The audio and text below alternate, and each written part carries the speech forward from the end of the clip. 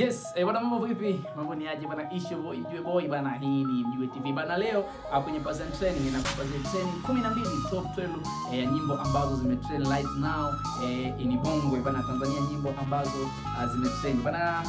Twende nalo. Nyimbo ya kwanza ni yake Mbosso, nyimbo inakwenda kwa jina la Darasa la 7 mpaka sasa hivi na siku 13, lakini views zaidi ya milioni 3, siri inafanya bomba sana bwana. Nyimbo ya pili ni ya kwake Nandy bwana, nyimbo inaitwa Asante, lakini ngoma ya tatu ni Baridi kati ya D Voice na Zuchu, ngoma iko bomba kinoma noma, lakini ngoma ya 4 pia ni Zuchu bado na kupenda, lakini ngoma ya 6 ni kutoka King Music ambayo ni ya kwake Vanilla, ngoma inaitwa Tam Chungu bwana. Ngoma ya 6 ni ya Zuchu bado na kupenda, lakini na hii ni likes yake ambayo imetoka, lakini pia ngoma ya 7 ngoma ya 7 ambayo imetrend ni ya kwake Rayvanny na Kara ambayo amemshirikisha Kara, na ngoma inaitwa ni Toto, lakini ngoma ya 8 ni ya kwake Tundamani, ngoma inaitwa na Oa, lakini ngoma ya 9 ni ya mtoto Yami, ngoma inaitwa Hayanogi, lakini ngoma ya 10 ni ya kwake Diamond Platnumz, ngoma bana inaitwa Natulizana bana. Hii ngoma ni kwamba ina masaa 15 mpaka hivi sasa tangu imetoka, lakini still